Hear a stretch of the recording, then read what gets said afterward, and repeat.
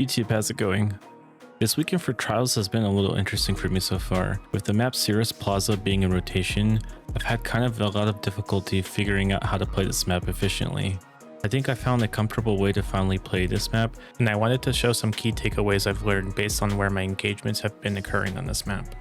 So for my loadout, I'm going to be using a hand cannon and a sniper rifle. You don't have to use Rose or Cloud Strike in this particular instance, but these are the weapons I found to be successful for me during my trials weekend so far. If you're curious about my role, it's nothing special with Rose. I have Perpetual Motion enhanced and Snapshot Sights enhanced. On top of that, I actually have been loving the responsiveness from Lucky Pants. Basically what the wall text is saying is that you get a 20 airborne effectiveness increase, 100 ready speed handling increase, a 0.6 ready animation duration multiplier, and a -40 accuracy cone size for 4 seconds whenever you ready your hand cannon. This pairs really well with Cloud Strike because Cloud Strike, if you have the catalyst, is very snappy because you have better handling. Here's a breakdown of my mods. I have nothing fancy going on here, just targeting and unflinching for the most part.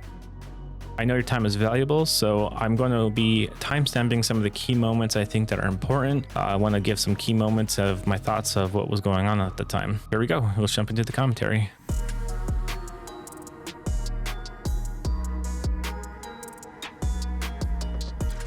Starting with Atrium, this will be where most of the action occurs. It is also home to one of the 3 capture zones, which will sit next to the heavy weapon spawn. There's a lot of angles in the middle that can open up opportunities to catch you or your opponents off guard.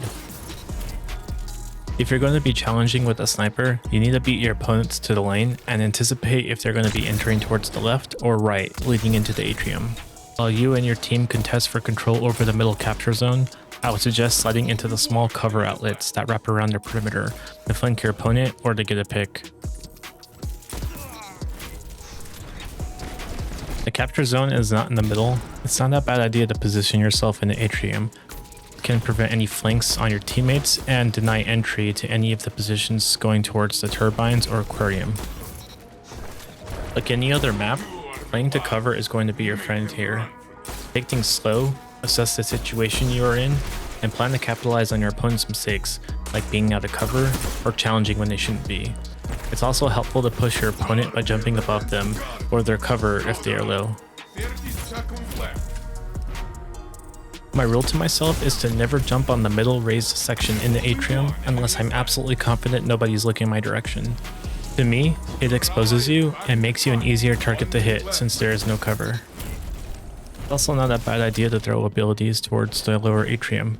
You can weaken opponents if you're lucky sometimes, which can buy your team control of the middle. These are only some small details I noticed when playing trials this weekend.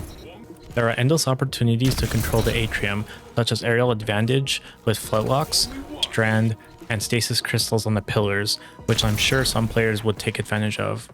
With the Atrium covered, let's look at the turbine section of the map.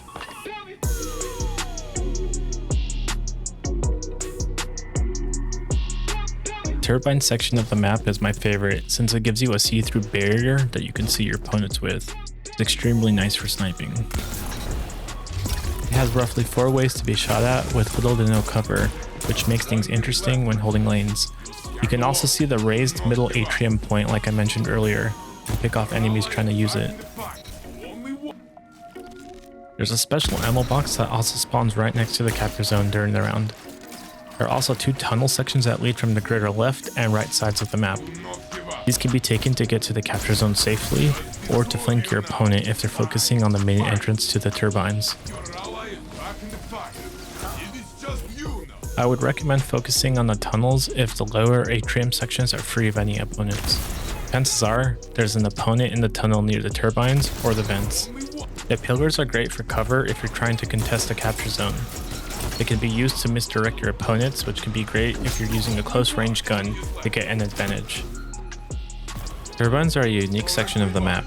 They offer minimal cover and have a few directions to be aimed from. Using these small tips can help you establish turbines control to help win the round or the match. With turbines covered, let's look at the Aquarium and why it is my least favorite part of this map.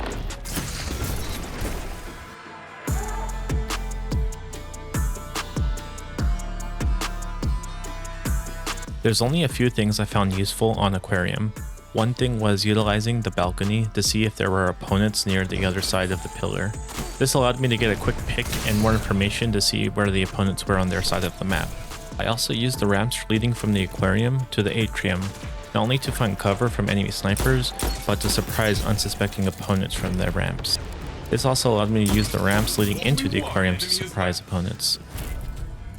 Here's a scenario of opponents using the same technique. If you're not anticipating it or monitoring your radar, it could be easy to get owned quickly with the ramp section.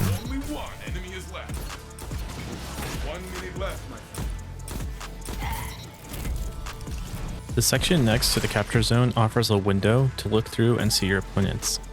I use this mainly to injure my opponents and gain information on where they could be. It's a shotgun and fusion rifle territory, so if you're running these archetypes, it could be beneficial to crouch to hide from radar and surprise your opponents in this area. Here's some clips of me not following my own advice and getting owned. It's pretty easy to get distracted on this map and focus on one section or one lane. But the truth is, movement and repositioning will put you in a better standing most of the time on this map. Developing better habits to become a better Destiny 2 PvP player doesn't happen overnight. But if you start making small improvements to adopt better habits, you're going to feel those benefits in later games and trials. One more thing I wanted to mention is your mental state.